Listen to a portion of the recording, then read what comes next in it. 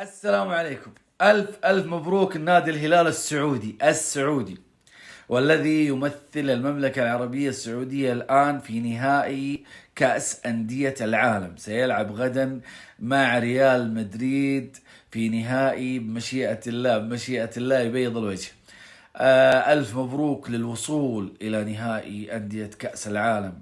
الآن بدأنا نجني ثمار رؤية سمو سيدي محمد بن سلمان، ولسه حنجني ونجني والخير قادم من فضل الله سبحانه وتعالى. الرؤية تهتم بالرياضة السعودية وستصل بها إلى المنصات الكبرى. نسمع. نعم هذا الهلال، نعم هذا الهلال، نعم هذا الهلال، نعم هذا الهلال،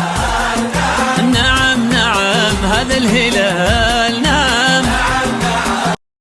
تبريكاتنا النادي الهلال السعودي. ركزوا معي، السعودي.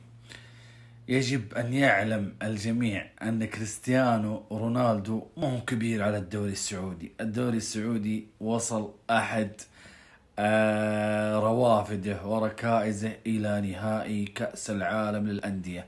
الآن الهلال السعودي يلعب على نهائي كأس العالم للأندية، يعني اللاعب اللي بيجينا كبير برضو حنا أكبر بمشيئة الله.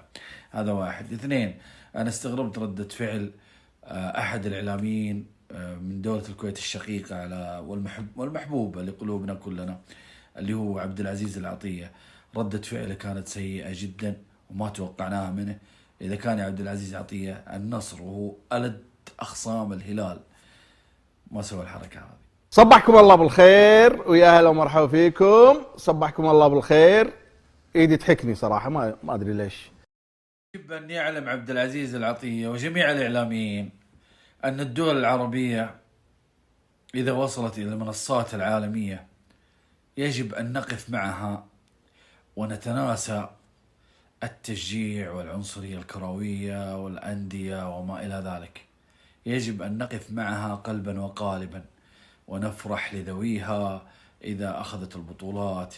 يجب أن تكون روحنا رياضية ونبعد عنا الفكر السيء والمنحط، وإن شاء الله مشيئة الله ما حنا حقينا أمور زي ما قلت يا عبد العزيز عطية، وحنا ترى أسمى من ذلك بكثير، ودائما ناخذ أمورنا بعرق جبيننا.